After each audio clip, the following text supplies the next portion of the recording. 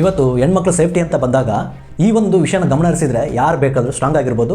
ಒಂದೇ ಹೆಣ್ಮಕ್ಳಾಗಲಿ ಸ್ಕೂಲಲ್ಲಿ ಕಾಲೇಜಲ್ಲಿ ಸೊ ಇದು ಒಂದು ವಿಷಯನ ಗಮನದಲ್ಲಿ ಇಟ್ಕೊಂಡ್ರೆ ಅವರು ಸ್ಟ್ರಾಂಗ್ ಆಗಿರ್ಬೋದು.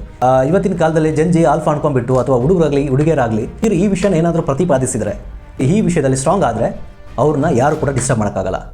ಒಂದು ಟ್ರೈನ್ಡ್ ಆಗಿರೋ ಪೊಲೀಸ್ ನಾಯಿ ಇರುತ್ತೆ, ಒಂದು ಬೀದಿಲಿ ಹೋಗೋಂಥ ನಾಯಿ ಇರುತ್ತೆ. ಬೀದಿಲಿ ಹೋಗೋಂಥ ನಾಯಿಗೆ ಒಂದು ಬಿಸ್ಕೆಟ್ ಹಾಕಿದರೆ ಏನು ಮಾಡುತ್ತೆ, ಬಾಲ ಅಲ್ಲಾಡ್ಸ್ಕೊಂತ ಬರುತ್ತೆ. ಆಮೇಲೆ ನೆಕ್ಸ್ಟ್ ಡೇ ನೀವು ಅದೇ ರೋಡಲ್ಲಿ ಹೋದರೆ ನಿಮ್ಮಿಂದನೇ ಫಾಲೋ ಮಾಡುತ್ತೆ. ಏನಕ್ಕೆ ಹೇಳಿ, ಮತ್ತೊಂದು ಬಿಸ್ಕೆಟ್ ಕೊಡ್ತಾನೇನೋ ಅಂತೇಳಿ ಮತ್ತೆ ನಿಮ್ಮಿಂದನೇ ಬರುತ್ತೆ.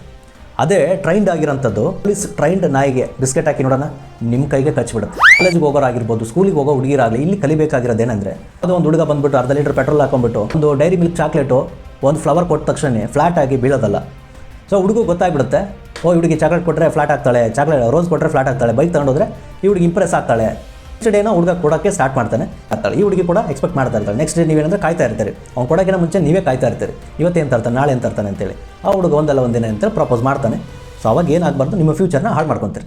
ನೀವು ನೋಡಿರ್ಬೋದು, ಒಂದು ಗಿಡ ಬೆಳೀತಿರುವಾಗ ಕವಲುಗಳನ್ನೆಲ್ಲ ಕಟ್ ಮಾಡ್ತಾರೆ. ಒಂದು ಏನಕ್ಕೆ ಹೇಳಿ, ಅದು ಹೈಟ್ ಬೆಳಿಬೇಕಂತೇಳಿ. ಆ ಕವಲುಗಳನ್ನು ಕಟ್ ಮಾಡದೇ ಇದ್ದರೆ, ರೆಂಬೆಗಳನ್ನು ಕಟ್ ಮಾಡದೇ ಇದ್ದರೆ ಅದು ಆ ಗಿಡ ಅಷ್ಟೇ ಇರುತ್ತೆ, ಹೈಟು ಮುಂದಕ್ಕೆ ಹೋಗೋದೇ ಇಲ್ಲ.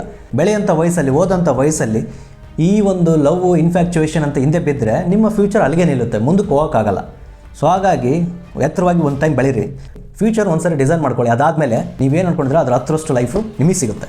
ಈ ವಿಡಿಯೋ ಇಷ್ಟ ಆದರೆ ಲೈಕ್ ಮಾಡಿ, ಯಾರಿಗೆ ಶೇರ್ ಮಾಡಬೇಕು ಅನಿಸುತ್ತೋ ಶೇರ್ ಮಾಡಿ. See you in next video.